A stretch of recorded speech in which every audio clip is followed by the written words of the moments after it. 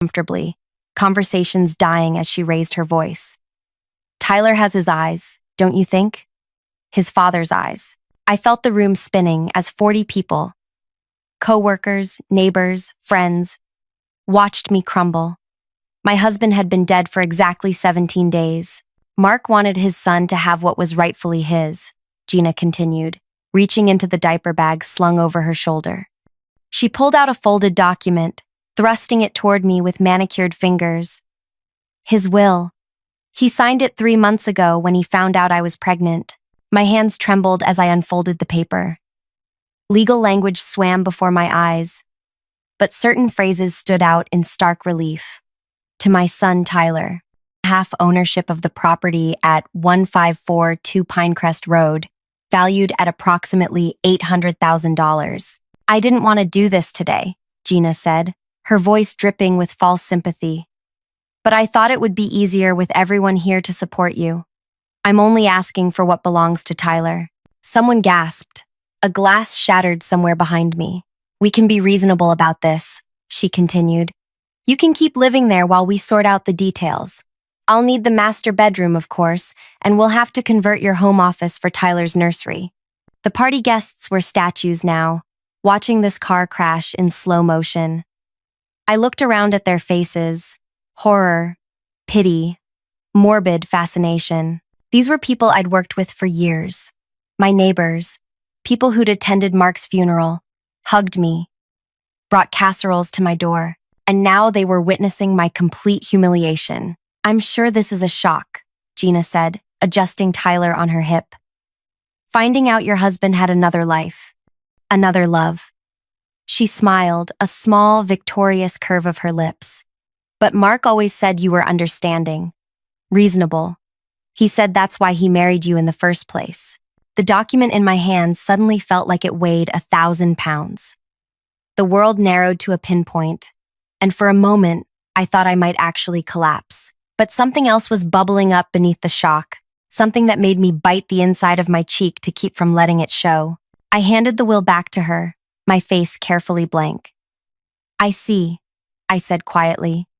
Then I turned and walked out of the party without another word. No one followed me. The things people do for money, for revenge, for power, ever incredible, aren't they? If you've ever been blindsided by betrayal, hit that like button. If you've ever had to swallow your words while planning something bigger, subscribe now.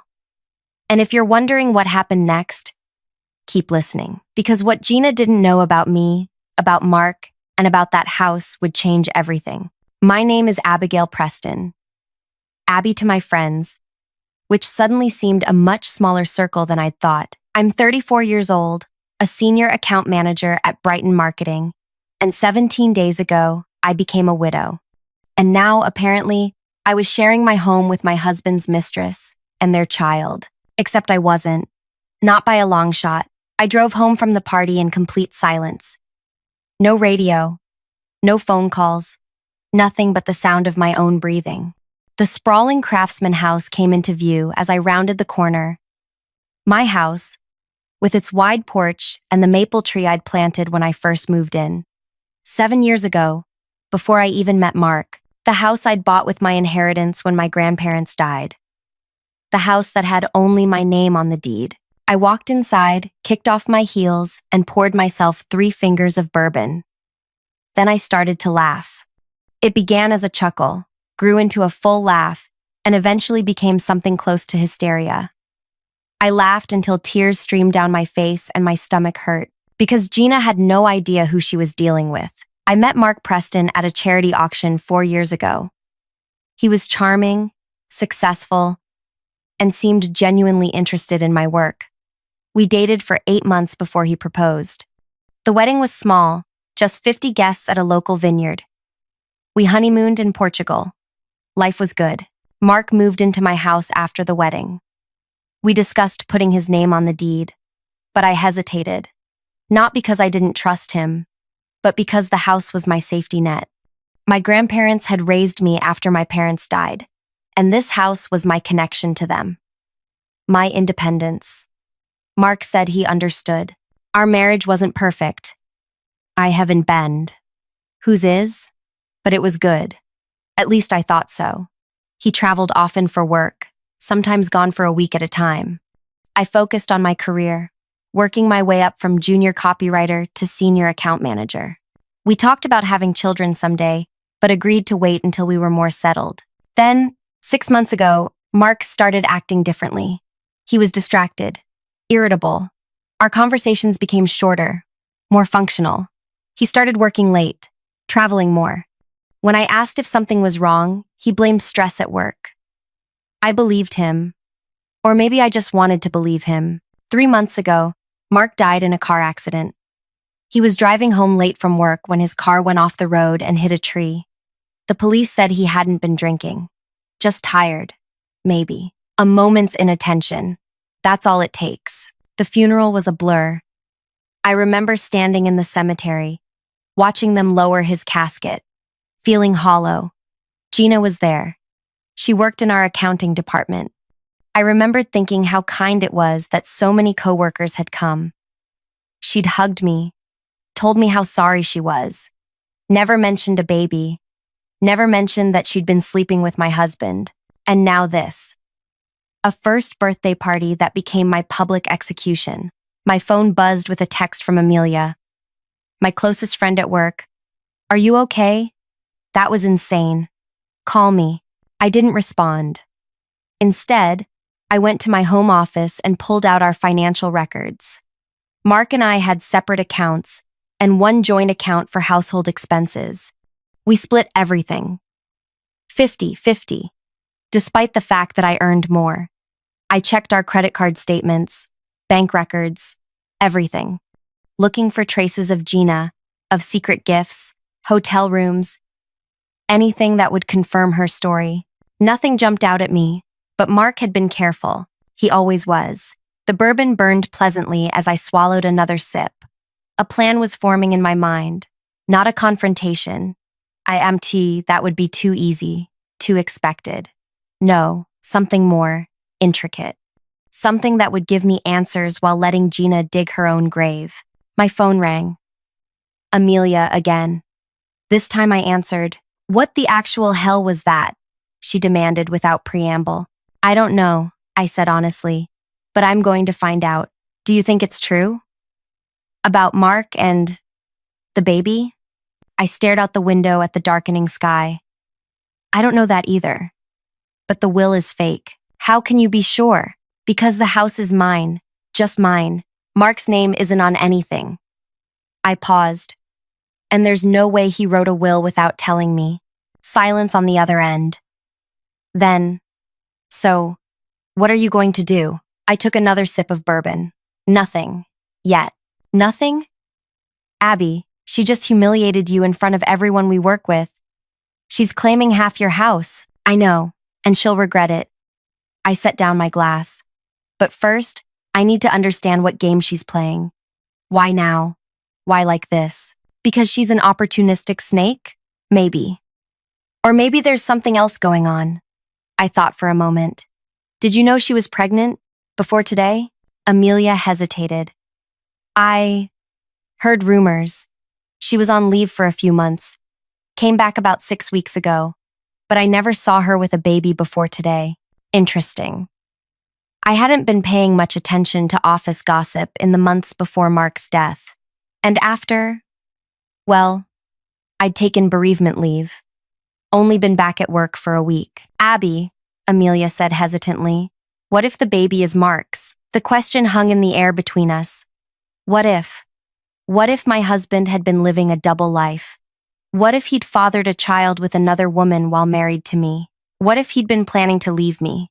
"Then I'll deal with that too," I said finally. "But first, I need to know the truth. All of it." After hanging up, I poured another drink and went upstairs to our bedroom. Bedroom now. I opened Mark's closet, still full of his clothes. I hadn't been able to go through them yet.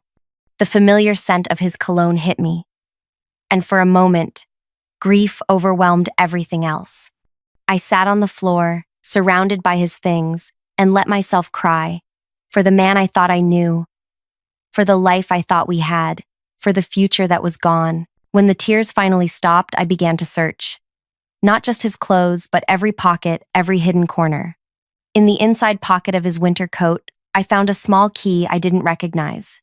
In his bedside table, beneath a stack of magazines, a prepaid phone I'd never seen before. And in his home office, hidden in a hollowed-out business book, a small notebook filled with his handwriting.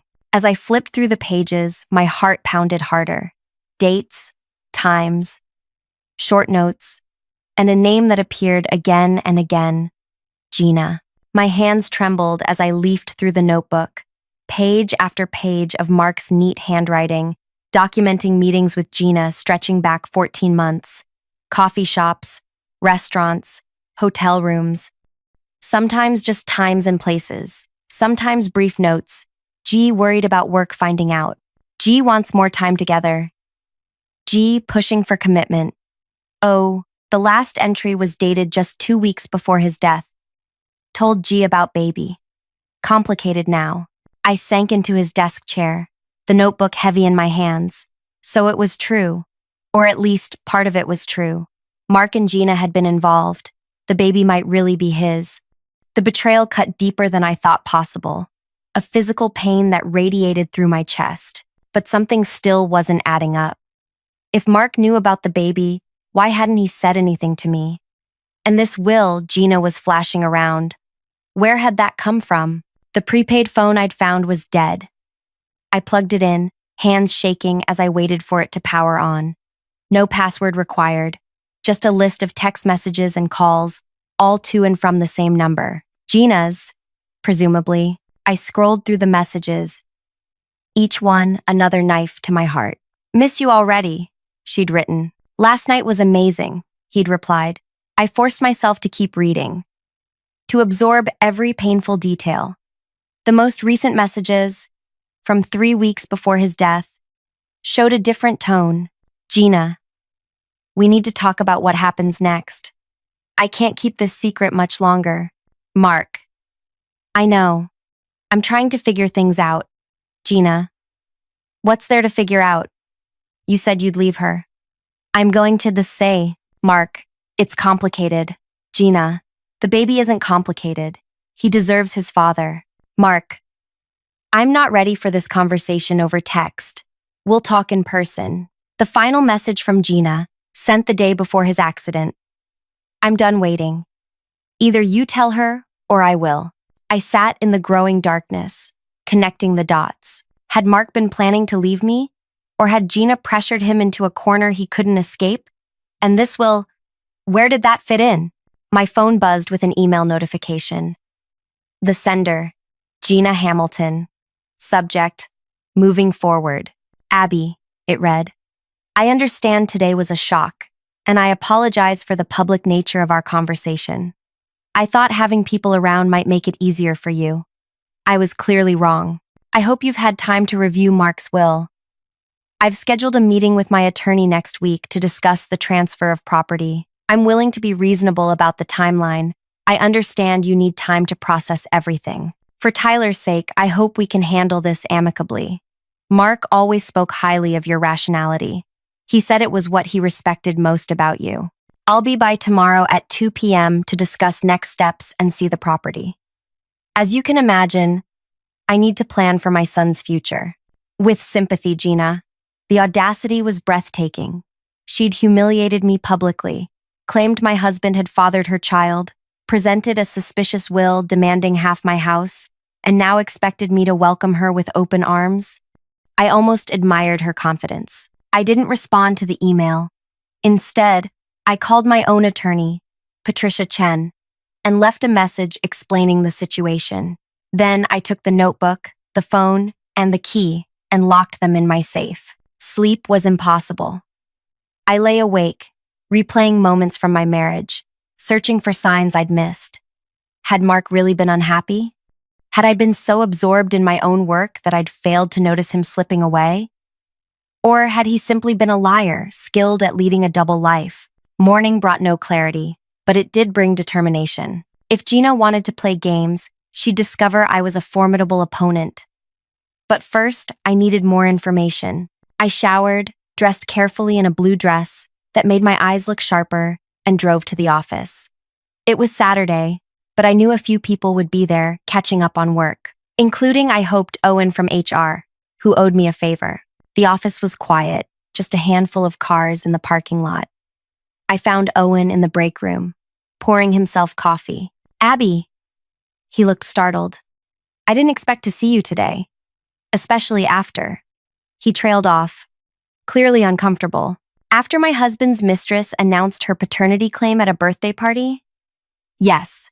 Well, life goes on." I kept my voice light, pouring myself a cup of coffee. "Actually, I could use your help with something." Owen shifted nervously. "I don't know if I should get involved in personnel records," I interrupted. "I need to know when Gina took her maternity leave." For legal purposes." "For legal purposes." He hesitated. "That's confidential information, Abby. You know I can't, remember last year when you accidentally sent that inappropriate email to the entire company instead of your girlfriend?" I took a sip of coffee. "And I helped you convince IT it was a system glitch before anyone in leadership saw it." Owen's face reddened. That's not the same thing, isn't it?" "I'm not asking for her medical records, Owen. Just dates. When she went on leave, when she returned. That's all." He sighed, shoulders slumping. "Fine. Give me a minute." 10 minutes later, I had what I needed. Gina had taken leave from November 15th to February 28th. If her son just turned 1, that meant he was born in early June, which meant conception would have been around September the previous year. I thanked Owen and left quickly, mind racing. September. Mark and I had gone to his brother's wedding in September. We'd spent a week in California. Together. The entire time, something wasn't adding up. My next stop was the county records office. I needed to confirm what I already knew, that the house was solely in my name, and see if Mark had actually filed a will.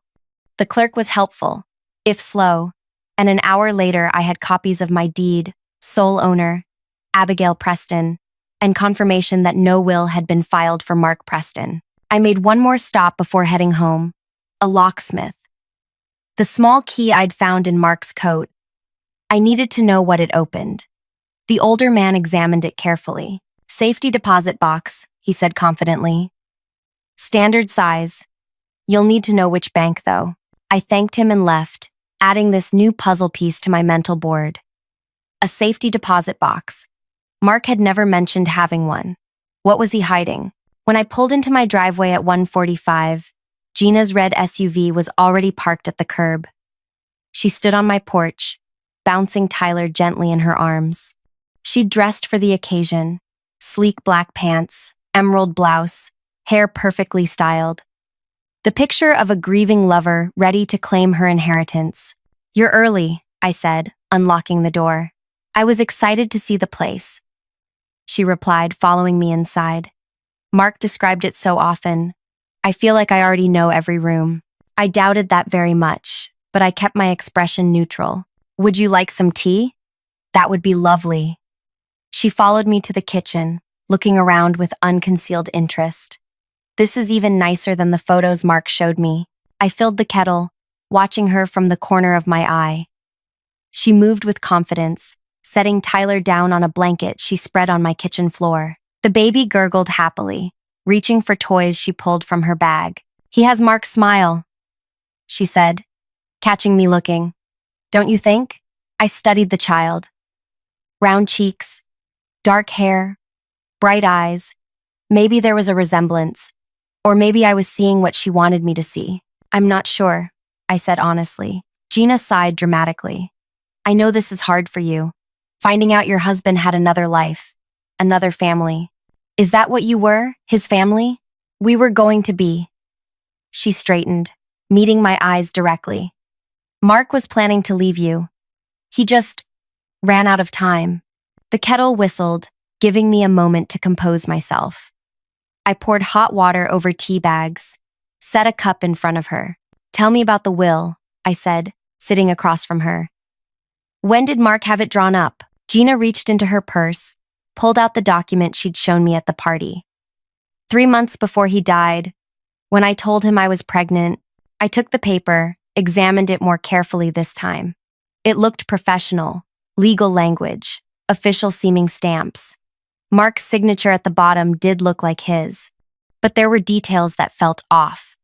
The attorney's name, James Whitman, wasn't familiar, and there was a reference to our cabin in Vermont that we definitely didn't own. I was surprised when he told me about this, I said casually, handing the document back.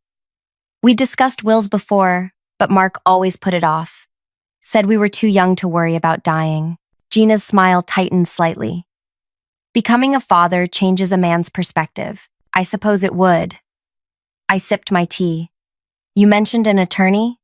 For the property transfer? Yes, Mark's attorney, actually. James Whitman. He drew up the will. Interesting. The same name on the document. I'd like to speak with him directly.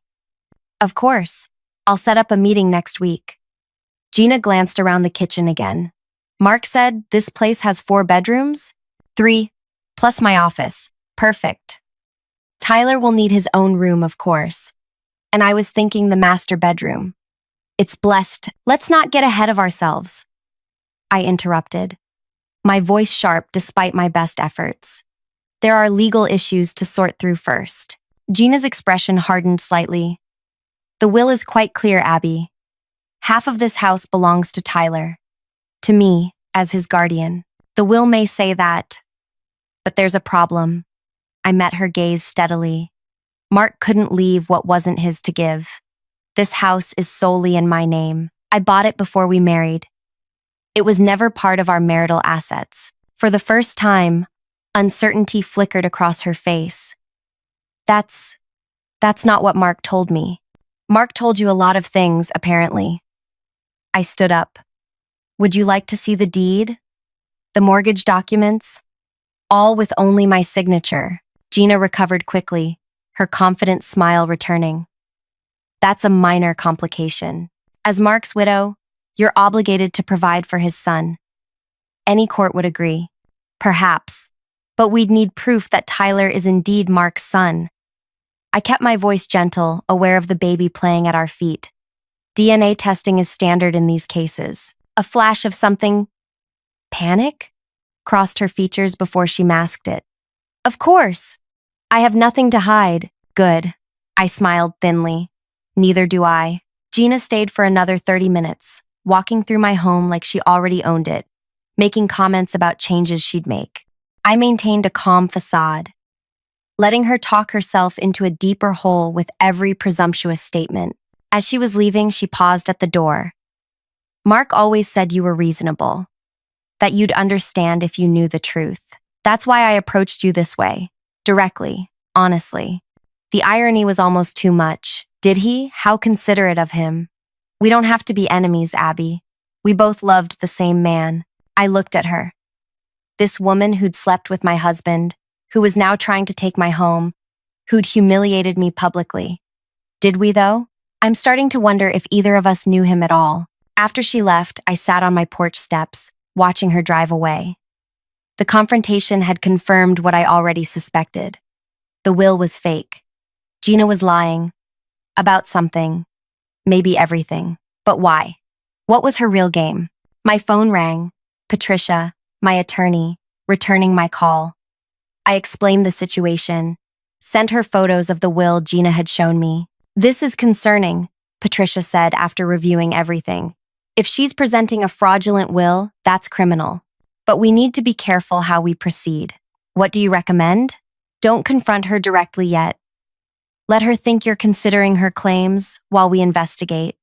I'll look into this attorney, James Whitman, and we should discuss a restraining order if she continues to show up unannounced. After hanging up, I went back to Mark's notebook, rereading entries, looking for clues. The dates aligned with his business trips, with late nights at the office. He'd been methodical in his deception, but something still bothered me about the timeline. If Tyler had just turned 1, and Gina had taken leave from November to February, when exactly had she given birth? And why would Mark need to be told about the baby just 2 weeks before his death if he'd known about the pregnancy for months? I pulled out a calendar, started marking dates. Mark's trips, Gina's leave, Tyler's birthday. The more I mapped it out, the less sense it made, unless a horrible suspicion began forming in my mind. I needed more information, more evidence. But if I was right, if what I was beginning to suspect was true, then Gina's deception went far beyond a fake will or a claim on my house. It was something much darker, something worth destroying lives for. I picked up my phone and dialed a number I hadn't used in years.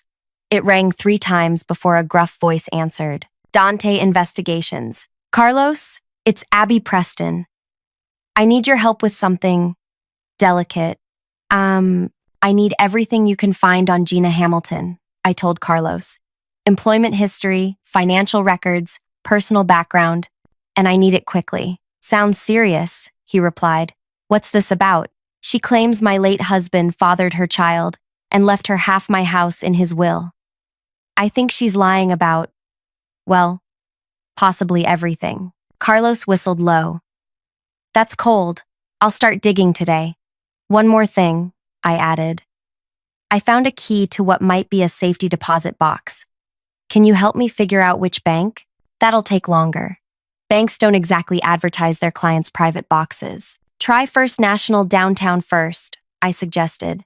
Mark did his business banking there. After hanging up, I sat in my kitchen, staring at the space where Gina had spread her blanket, where Tyler had played on my floor. The baby seemed innocent enough, but was he Mark's? Was he even hers? The next day was Sunday. I drove to my mother-in-law's house, heart heavy with what I needed to ask her. Eleanor had been devastated by Mark's death. Eleanor losing her only son just 3 years after becoming a widow herself. I hadn't told her about Gina's claims yet, not wanting to add to her grief. Eleanor welcomed me with a warm hug. At 68, she was still elegant and sharp, her silver hair cut in a stylish bob. We sat in her sunroom, drinking tea from her good china, a ritual she maintained no matter the occasion. You look troubled, dear, she said, studying my face. More than usual, I mean. I took a deep breath. Eleanor, did Mark ever mention someone named Gina to you?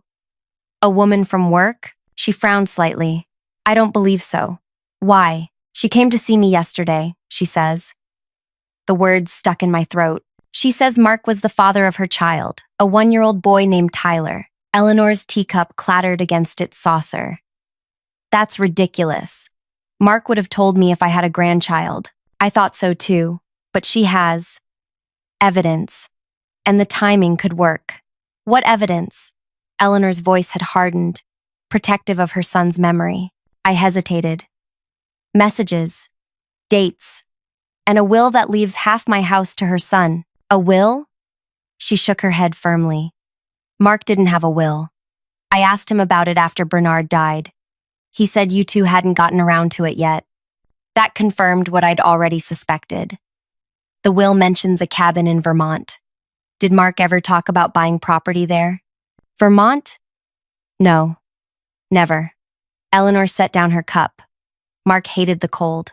Why would he buy property somewhere with worse winters than here? Another nail in the coffin of Gina's story. There's something else I wanted to ask you, I said carefully. Did Mark ever mention having a safety deposit box? I found a key.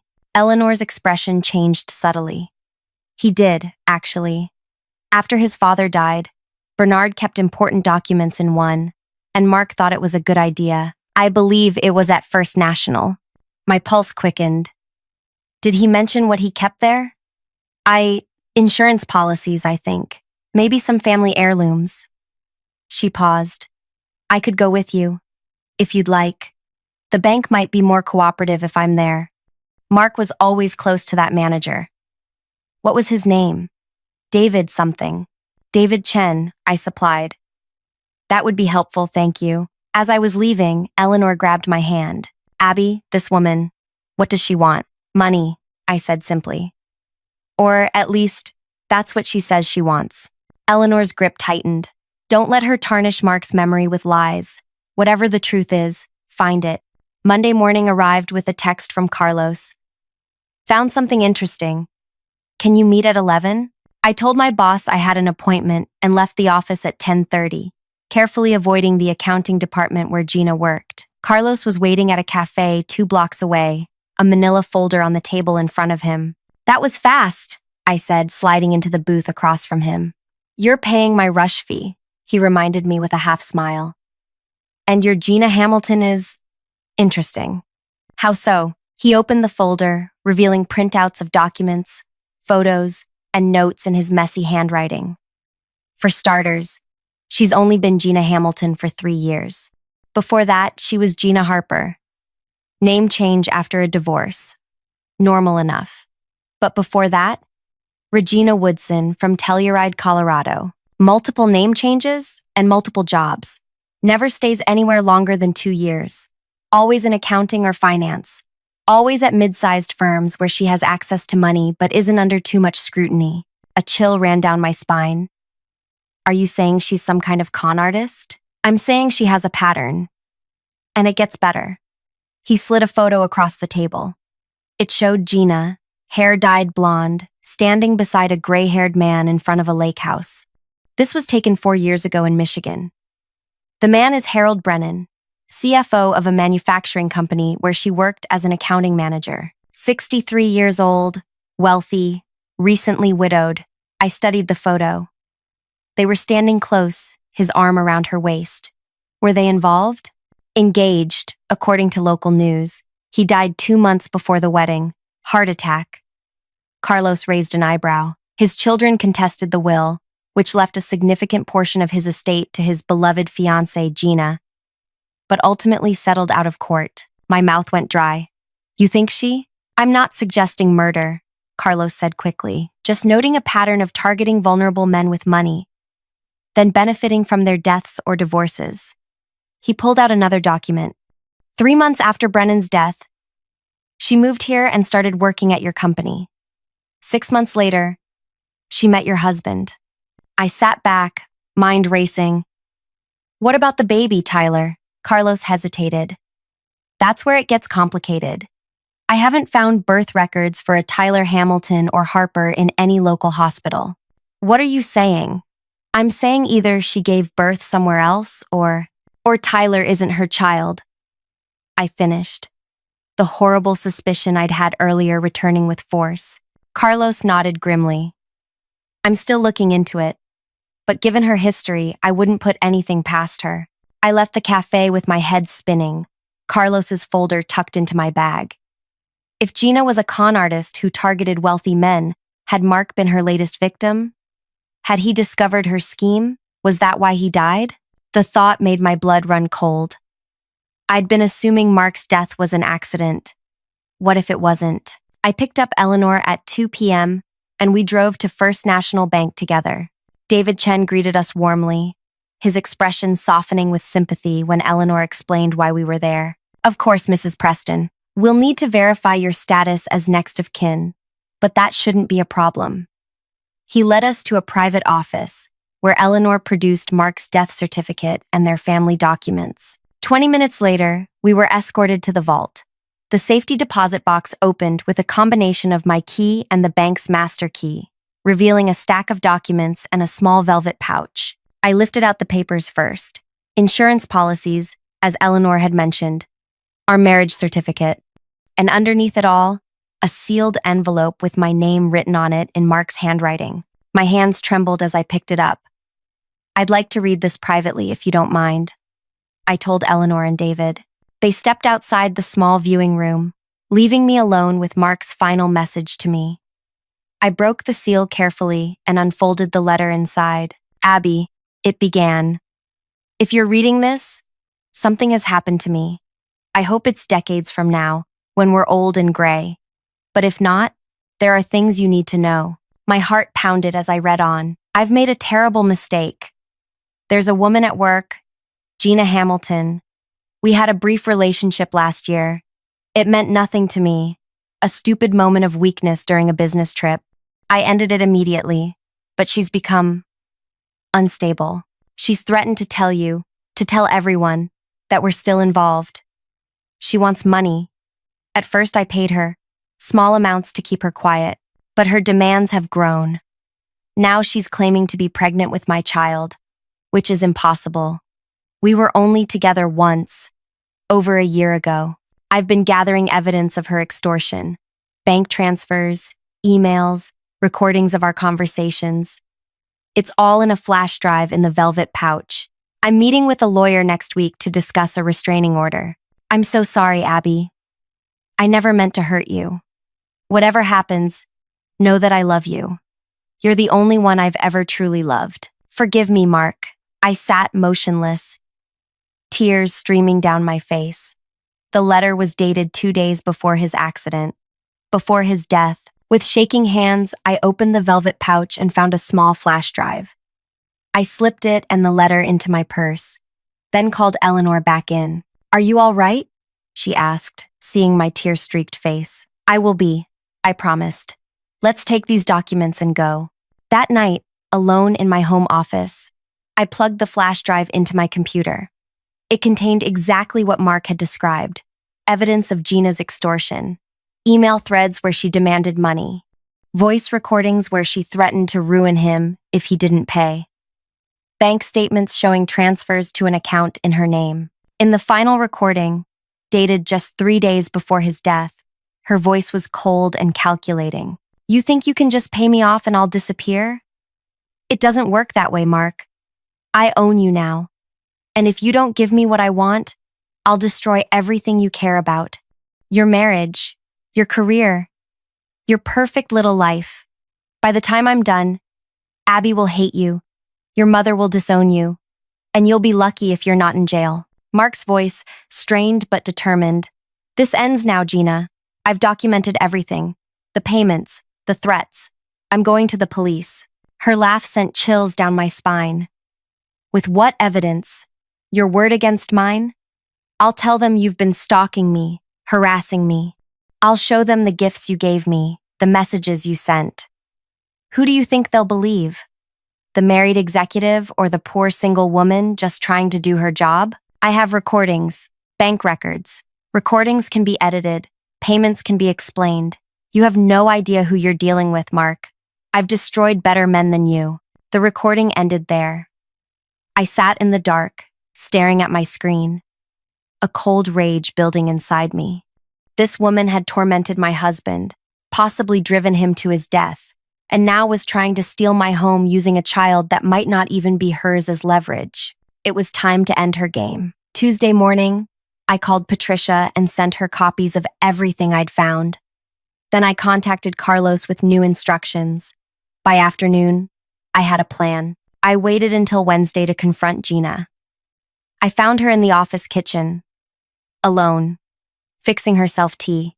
"We need to talk," I said quietly. "About the will, about Tyler." She turned, her practiced sympathetic expression sliding into place. "Of course. I know this is difficult." "Not here," I interrupted. "My house. Tonight at 7. I can do that." She smiled, confident. "I'm glad you're being reasonable about this, Abby." "Oh, I'm being very reasonable," I assured her. "See you tonight." At 6:45, I was ready. Patricia sat in my living room, documents spread across the coffee table. Carlos waited in the kitchen, out of sight. Eleanor had insisted on being there too, sitting rigidly on my sofa, her hands clasped tightly in her lap. The doorbell rang at 7 sharp. I took a deep breath and opened it to find Gina standing there, alone. "No Tyler tonight?" I asked as I led her to the living room. "He's with a sitter." I thought this might be tense. She stopped short when she saw Patricia and Eleanor. I didn't realize this would be a group meeting. "Please sit down," I said, gesturing to an armchair facing the 3 of us. "This is Patricia Chen, my attorney. And you know Eleanor, Mark's mother." Gina sat stiffly, her confident smile faltering slightly. "Is this really necessary? I thought we could discuss this amicably." "Oh, I'm very interested in being amicable," I said, my voice deadly calm. "Let's start with your real name. Is it Gina Hamilton? Gina Harper? Or Regina Woodson?" Her face paled, but she recovered quickly. "I don't know what you're talking about. I changed my name after my divorce, that's all. And before that, in Michigan, with Harold Brennan, I placed the photo Carlos had found on the table between us. He died rather suddenly, didn't he? Just before your wedding. This is ridiculous, she snapped. What does any of this have to do with Mark's will? The will is fake, Patricia interjected calmly. We've confirmed that no such document was ever filed, and the attorney who supposedly drafted it, James Whitman, doesn't exist in any bar association registry in this state. Gina's eyes darted between us. Mark gave me that will. If it's not official, that's not my fault. Mark didn't give you anything, I said, pulling out his letter. He wrote this 2 days before he died. Would you like me to read it aloud? I don't know what game you're playing. It's not a game, Eleanor cut in, her voice shaking with anger. You're trying to use my son's death for your own gain, claiming a child he never fathered. Tyler is Mark's son, Gina insisted, but her voice had lost its conviction. Where was Tyler born, Gina? I asked quietly. Which hospital? Because we can't find any birth records for him. Not here, not in Michigan, not in Colorado. Her hands clenched in her lap. This is harassment. I'm leaving. Before you do, I said. You should know that everything Mark recorded, your threats, your extortion, has been given to the police. And Carlos here, I nodded toward the kitchen where he now stood, has provided them with quite an interesting history of your activities in other states. Gina stood abruptly. You can't prove anything. Maybe not everything, I conceded. But enough. Enough to launch an investigation. Enough to question your custody of Tyler. In her way, who, by the way, looks remarkably similar to a baby reported missing from a Denver hospital 14 months ago. The color drained completely from her face. That's a lie. Is it? The police seem very interested in testing Tyler's DNA. This was a bluff. Carlos had found similarities in news reports, but nothing conclusive. Yet, Gina grabbed her purse. I'm not listening to this. You're just a bitter widow who can't accept that her husband loved someone else. Mark didn't love you, I said, rising to face her. He was afraid of you. And with good reason, apparently. She lunged forward suddenly, reaching for Mark's letter on the table. I stepped between her and the documents as Carlos moved quickly from the kitchen. In the confusion, Gina's purse fell open, spilling its contents across my floor. Among the scattered items was a small amber prescription bottle. I picked it up before she could grab it. Propranolol, I read aloud, looking at the label. Isn't this a heart medication? The same kind Harold Brennan was taking before his heart attack? Gina snatched the bottle from my hand. It's for anxiety. Give me my things. But I'd seen enough. The prescription wasn't in her name. It was for Mark Preston. The pieces fell into place with sickening clarity. Mark's unexpected heart failure during what should have been a minor accident. The missing medication from his nightstand that I'd attributed to first responders or hospital staff. You killed him? I whispered, the realization like ice in my veins. You tampered with his medication. And then, when he threatened to expose you, you made sure he had an accident. That's insane, she hissed. But her eyes were wild now, darting toward the door. You can't prove any of this. Maybe not today. I agreed. But the police are very thorough once they start looking. And they're already looking, Gina. She backed toward the door. This isn't over. Actually, I said, it is. As she fled, Patricia picked up her phone. I'll call Detective Rivera. He'll want to know about the medication. Eleanor was shaking, tears streaming down her face. I sat beside her, taking her hand in mine. Did she kill my son? She asked brokenly. I don't know for certain, I answered honestly, but we're going to find out. It took 3 more weeks for the full truth to emerge. The police investigation revealed that Tyler was indeed the missing baby from Denver, abducted by a woman matching Gina's description who had posed as a hospital volunteer. DNA testing confirmed he wasn't related to either Mark or Gina. The medication bottle provided critical evidence. Forensic analysis showed Mark's pills had been replaced with a much higher dosage, enough to cause disorientation or unconsciousness while driving. Not technically murder, but certainly manslaughter if they could prove she'd tampered with them. Gina fled the state the night of our confrontation, but was apprehended at the Canadian border 3 days later. Tyler, with her, the baby was returned to his real parents in Denver, a reunion that made national news. As for me, I finally had answers, though they brought more pain than closure. Mark had made a terrible mistake, one that ultimately cost him his life. But he hadn't abandoned me, hadn't fathered another woman's child, hadn't written a will giving away my home. 6 months after Mark's death, I stood in our backyard, watching Eleanor plant bulbs along the fence line. She visited often now, our shared grief and quest for justice having forged a deeper bond between us. The prosecutor called, I told her, handing her a glass of lemonade. They've added identity theft and fraud charges based on evidence from Michigan. They're confident she'll serve significant time. Eleanor nodded, wiping soil from her hands. It doesn't bring him back. No, I agreed. Nothing will. We sat in comfortable silence, watching the sunset paint the sky in shades of pink and gold. The grief was still there, would always be there, but the anger had subsided, replaced by a quiet determination to move forward. I'm selling the house, I said suddenly. It's too big for just me. Too many memories. Eleanor squeezed my hand. Where will you go? I'm not sure yet. Somewhere new. Somewhere I can start fresh. I smiled faintly. But not too far. I want to be able to have Sunday tea with you. I'd like that, she said softly. Later that night, alone in my kitchen, I opened the notebook where I'd been documenting everything since that first birthday party, when Gina had made her outrageous claim. The final entry detailed her sentencing, 15 to 20 years for a litany of charges, including kidnapping, identity fraud, extortion, and involuntary manslaughter. The woman who had tried to steal my life, who had possibly taken my husband's, would spend most of her remaining youth behind bars. Her schemes, her lies, her manipulations had finally caught up with her. Some might call it justice, others karma. But I knew the truth. It wasn't revenge that had brought Gina down. It was patience, thoroughness, a refusal to be intimidated or bullied into surrender.